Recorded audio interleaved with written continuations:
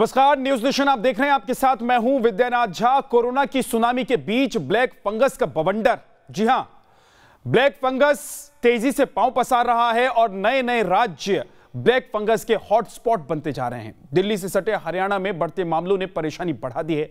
गुरुग्राम और हिसार जैसे शहरों में तेजी से मामले बढ़ रहे हैं।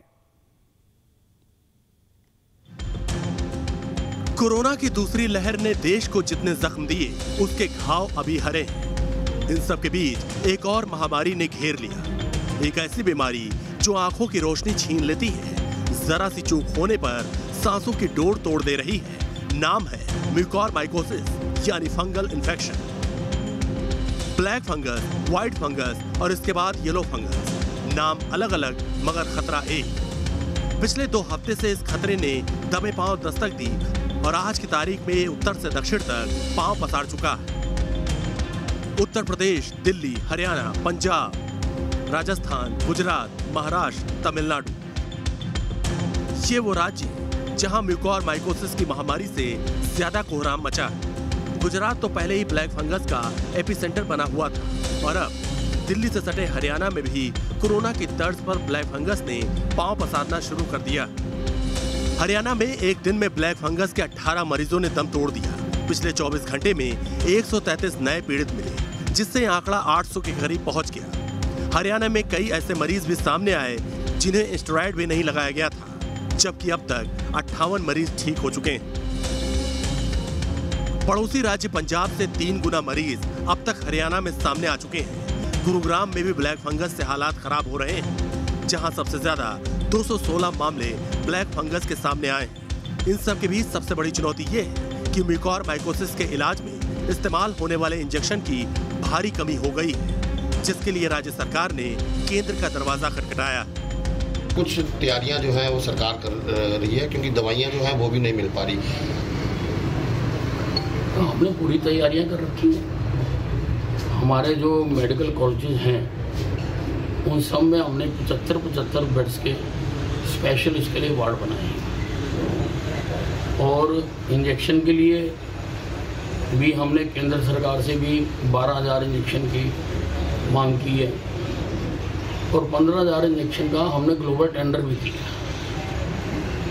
इसके लिए एक एक्सपर्ट कमेटी भी हमने बना रखी है कि जितने हमारे पास आते हैं, एक्सपर्ट कमेटी उसका डिसाइड करती है कि किस मरीज को लगना है, किसको नहीं लगना। अब तक देश में ऐसे फंगल इन्फेक्शन के मरीज देखे गए जो कोरोना के बाद ठीक होकर घर लौटे और उन्हें स्टेरॉइड की दवा दी गई। मगर हरियाणा के फतेहाबाद में ऐसा मामला सामने आया है जिसने मेडिकल एक्सपर्ट को भी हैरान कर दिया। 27 मई को फतेहाबाद में एक व्यक्ति की मौत ब्लैक फंगस की वजह से हो गई, मगर ना तो वो कोरोना पॉजिटिव था और ना ही डायबिटीज से पीड़ित। उसे ना तो ऑक्सीजन लगी और ना ही स्टेरॉइड की दवाई दी गई, फिर भी ब्लैक फंगस का संक्रमण हो गया। ब्लैक फंगस के लक्षण मिले थे, हमने उसकी हिस्ट्री ली डिटेल कि कोई शुगर वगैरह की, तो उन्होंने कोई रिपोर्टिंग वगैरह नहीं करवाई थी शुगर की, न उनकी ऐसी हिस्ट्री थी कि कहीं स्टीरॉइड के इंजेक्शन लगवाए हैं। कोरोना की रिपोर्ट 1 महीने पहले उन्होंने करवाई थी, वो नेगेटिव आई थी। न उनके ऐसे कोई सांस लेने में दिक्कत हुई कि उनको ऑक्सीजन की जरूरत पड़े। तो हो सकता है अंडर डायग्नोस हो, उन्होंने नहीं कराई हो, या कोई और डिजीज भी हो सकती है जो लो इम्यूनिटी करे। हरियाणा की तरह राजस्थान में ब्लैक फंगस विस्फोट से हालात तेजी से बिगड़ने लगे हैं। अब तक राज्य के सभी 33 जिलों में इसके मामले सामने आए। पूरे प्रदेश में इसके 1345 मामले सामने आ चुके हैं, जबकि 50 मरीजों की मौत हो चुकी है। खतरा राजस्थान में इसलिए भी ज्यादा बड़ा है क्योंकि यहाँ ब्लैक और व्हाइट फंगस के मामलों में तेजी से इजाफा हो रहा है। राजस्थान में ब्लैक फंगस के कुल मामलों में 37% जयपुर के हैं। जयपुर में सबसे ज्यादा 500 केस आए और 10 लोगों की मौत हुई। बढ़ते खतरे को देखते हुए सरकार ब्लैक फंगस को महामारी घोषित कर चुकी है, लेकिन तीसरी लहर की तैयारियों के बीच जिस तरह म्यूकोरमाइकोसिस ने अटैक किया, उसने चिंता और चुनौती दोनों में इजाफा कर दिया। Team news nation. Black fungus की रिसर्च रिपोर्ट कहती है कि कोरोना से ठीक होने के बाद उन लोगों पर ब्लैक फंगस का खतरा ज्यादा रहता है जो डायबिटीज पीड़ित है या फिर इम्यूनिटी कमजोर है जिनकी। मगर कुछ ऐसे भी केस आए हैं जिसमें इंसान बिना किसी बीमारी के भी ब्लैक फंगस का शिकार हो गया। आप भी देखिए क्या सावधानियां हैं जो हमें इस खतरे से बचा सकती है।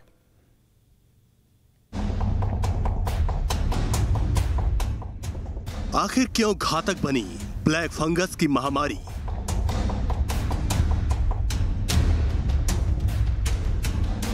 मास्क में लापरवाही कैसे पड़ रही है भारी?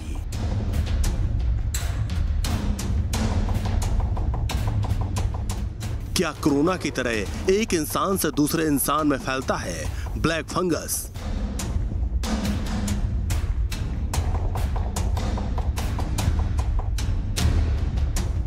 कोरोना गया नहीं और ब्लैक फंगस जैसी घातक बीमारी आ गई। जितनी तेजी से ब्लैक व्हाइट फंगस के मामले बढ़ रहे हैं, उतनी ही तेजी से लोगों की टेंशन भी बढ़ रही है कि आखिर ब्लैक फंगस से बचा कैसे जाए और इन्फेक्शन फैलने से रोका कैसे जाए। इन सवालों का जवाब समझाएं, उससे पहले समझिए ये महामारी है क्या। इस बीमारी को म्यूकोरमाइकोसिस कहते हैं, जो खतरनाक स्तर का इन्फेक्शन है। फंगी या मोल्ड से होता है। मिट्टी, हवा और नमी में तेजी से फैलता है। साइनस, फेफड़े पर ज्यादा असर, आंख, चेहरे पर भी इसका असर होता है। इस बीमारी से आंखों की रोशनी जाने का खतरा रहता है। आमतौर पर लोगों के जहन में सवाल होता है कि क्या कोरोना की तरह ब्लैक फंगस के मरीज के संपर्क में आने से दूसरा शख्स भी संक्रमित हो सकता है? तो इसका जवाब सुनिए लखनऊ के SGPGI के निदेशक डॉक्टर R.K. धीमान से, जिनके मुताबिक फंगस वातावरण में तो है, मगर एक इंसान से दूसरे इंसान में नहीं फैलता। एक से दूसरे को नहीं होता, बल्कि ये होता है कि जब आपकी इम्यूनिटी कम हो जाती है, इस फंगस के स्पोर्स हैं पूरे वातावरण में है, खासकर उस जगह जहाँ पर होती है जहाँ पे गली सगली चीज़ें मिलती हैं, जैसे सब्जियाँ गली पड़ी हैं या लकड़ी ऐसी है और जहाँ पे सड़न काफ़ी मची हुई है, तो वहीं पे ये फंगस उगती है। आपने देखा होगा वाइट वाइट होता है वहाँ पर, और फिर इसके स्पोर्स जो हैं वातावरण में आ जाते हैं, और जैसे इम्यूनिटी कम वाला व्यक्ति मिलता है तो उसमें इसका संक्रमण हो जाता है। लेकिन एक व्यक्ति से दूसरे व्यक्ति में संक्रमण नहीं होता है। कोरोना की दूसरी लहर से बचने के लिए मास्क पहनना सबसे कारगर है, मगर मास्क पहनने में आपकी सावधानी न सिर्फ कोरोना से बल्कि ब्लैक फंगस जैसे खतरे से बचा सकती है। डॉक्टर्स के मुताबिक अगर आप लंबे समय तक एक ही मास्क का इस्तेमाल करते हैं तो फंगल इन्फेक्शन के खतरे में आ सकते हैं। कहीं ना कहीं मास्क यूज़ करते समय हम एक गलती करते हैं। एक ही मास्क बार बार हम लोग रोज़ यूज़ करते हैं। मास्क उतार के हम कहीं भी रख देते हैं, चाहे गंदी जगह हो चाहे साफ़ जगह हो।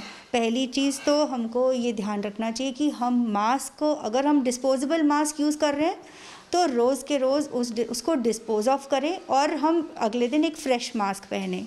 अगर हम नॉन डिस्पोजेबल यानी कि रीयूजेबल मास्क यूज़ कर रहे हैं तो उसके लिए हमको उसे समय समय पर रोज़ धो लेना चाहिए। ICMR की एडवाइजरी कहती है कि यह फंगस शरीर में तेजी से फैलता है, जो नाक, आंख, दिमाग, फेफड़े या फिर स्किन को प्रभावित करता है। ऐसे मरीज जो कोविड से ठीक हुए हैं, उनका इम्यून सिस्टम कमजोर रहता है, तो वो इस बीमारी की चपेट में आसानी से आ सकते हैं। डायबिटीज वाले कोविड मरीज भी जांच कराते रहें। अचानक शुगर लेवल बढ़ जाने पर उनमें म्यूकोरमाइकोसिस खतरनाक रूप ले सकता है। Team news nation. बात करते हैं मनमाने अस्पताल पर शिकंजे की।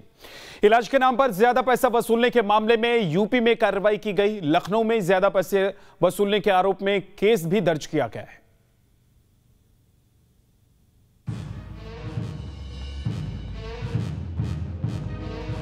भयंकर कोरोना काल, इलाज के लिए परेशान मरीजों की जान बचाने के लिए जद्दोजहद। पहले से परेशान लोग इस परेशानी में इस आपदा का इस्तेमाल कोई पैसा बनाने के लिए करे तो उसे क्या कहेंगे?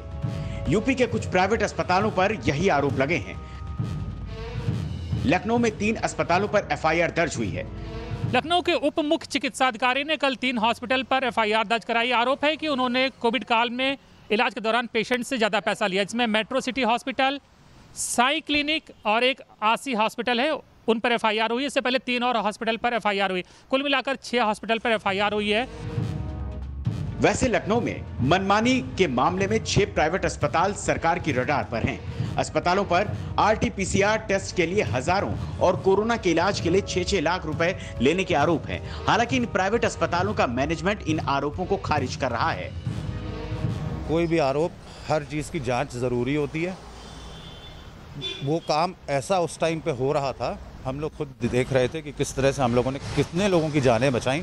उसकी कोई बात, हमको कोई प्रशस्ति पत्र नहीं मिल रहा। ये बताया जा रहा है कि हमने PP किट लगा दी है, हमने ये लगा दिया है, तो हमको ये भी नहीं मालूम है कि FIR हुई है नहीं हुई है। ये तो पेपर से पता लग रहा है कि FIR हुई है। और मैं तो रिक्वेस्ट करूंगा सर, इन सब चीज़ों से हमारा नाम खराब होता है। इमेज एक बनी है, बड़ी मुश्किल में बनती है। हर आदमी जानता है कि अच्छा अस्पताल है, उसके बाद ऐसी चीज़ें हों तो उससे हमारा नाम बहुत खराब होता है। मरीजों से मनमानी के मामले में योगी सरकार का निर्देश साफ है, जनता से ज्यादती बर्दाश्त नहीं की जाएगी। देखिए, निश्चित रूप से माननीय मुख्यमंत्री जी ने कहा है कि जनता की सेवा करना हमारा सबका धर्म और फर्ज है। और जिस तरीके से कोरोना पर माननीय मुख्यमंत्री जी के मेहनत और परिश्रम, माननीय प्रधानमंत्री जी का आशीर्वाद और प्रेरणा से नियंत्रण स्थापित किया गया, उसमें अगर किसी प्रकार की कहीं पर लापरवाही होगी तो निश्चित रूप से कार्रवाई की जाएगी। लखनऊ में कार्रवाई की जा रही है। नोएडा में भी प्रशासन का निर्देश साफ है, अगर वसूली की शिकायत सही पाई गई तो ब्याज सहित पैसे वापस करने होंगे। सर, किस तरह का यह आदेश है और किन कारणों से ऐसा आदेश निकालना पड़ा? कुछ हॉस्पिटल्स द्वारा कुछ प्रकरणों में ऐसे देखने को मिला है जो शासन द्वारा निर्धारित दर है, भारत सरकार के पॉल कमेटी द्वारा तथा उत्तर प्रदेश सरकार के गवर्नमेंट ऑर्डर द्वारा ये अधिकतम अनुमन्य दरें तय की गई है कोविड ट्रीटमेंट के लिए। कुछ प्रकरणों में इसका उल्लंघन पाया गया है, अतः ऐसे प्रकरणों के लिए मुख्य चिकित्सा अधिकारी द्वारा एक व्हाट्सएप नंबर जनता को दी गई है। उसमें जो शिकायतें पाई जाती हैं उस पर जांच की जाएगी तथा उसमें हॉस्पिटल को भी नोटिस देते हुए उनकी पक्ष सुनने के बाद एक ऑर्डर दिया जाएगा, जिसमें यदि वो अधिक दरें लिए हैं अनुमन्य दरों के ऊपर, उनको वो धनराशि वापस भी लौटानी पड़ेगी। साथ में जो MCLR जो रेट है उसके तहत ब्याज भी देना पड़ेगा। जनता ने कोरोना के सेकेंड वेव में बहुत कुछ झेला है। ये वक्त जनता के जख्मों पर मरहम लगाने का है, उन लोगों के खिलाफ कार्रवाई करने का है जिन्होंने लोगों की मजबूरियों का फायदा उठाया है। यूपी की योगी सरकार इस दिशा में कार्रवाई कर रही है। लखनऊ से अनिल यादव के साथ टीम न्यूज़ नेशन। बात कोरोना के इलाज के लिए इस्तेमाल होने वाले उस दवा की जिसने आंध्र प्रदेश में भूचाल ला दिया है। इस दवा की चर्चा हर जगह हो रही है। दवा इतनी मशहूर हो चुकी है कि जगन मोहन रेड्डी सरकार इसका डिस्ट्रीब्यूशन करना चाहती है। ये जनसैलाब उमड़ा है एक आयुर्वेदिक दवा को लेकर। कोरोना की चमत्कारिक दवा, दवा में कितना दम। ये भीड़ ये बता रही है कि इस दवा में कितना भरोसा है लोगों को। कोरोना के इलाज के लिए नेल्लोर के कृष्णपट्टनम गांव की ओर जाने वाले रास्ते पर सब निकल जाना चाहते हैं। कोरोना की दवाई खोज लेने का दावा कितना सच्चा है? कोरोना के मरीजों को दवा से ठीक करने के दावे में कितना दम है? इन दावों की जांच चल रही है, लेकिन इस भीड़ के जरिए लोगों के भरोसे को समझा जा सकता है। पहले बाबा रामदेव ने कोरोनिल के जरिए कोरोना के इलाज का दावा किया और अब आंध्र प्रदेश के छोटे से जिले नेल्लोर के आनंदया ने इसी तरह का दावा एक दवाई के जरिए किया है। अब उनके गांव के बाहर जन सैलाब इस दवाई को लेने के लिए जुटने लगा है। लेकिन आनंदया की ये दवाई क्या वाकई कारगर है? नेल्लोर जिले में आयुर्वेदिक दवा के लिए लंबी लंबी लाइनें देखने को मिल रही हैं। यहाँ दूर दराज से आए लोग कोरोना के इलाज के लिए रोजाना लाइन में लग जाते हैं। इस दवाई की वजह से चर्चा के केंद्र में एक शख्स है। नाम है आनंदया, आयुर्वेदिक चिकित्सक। आनंदया ने अपनी दवा से कोरोना के इलाज का सफल दावा किया है। उनका यह दावा सोशल मीडिया पर वायरल हो रहा है। उनके गांव में भीड़ बढ़ने की वजह यही है।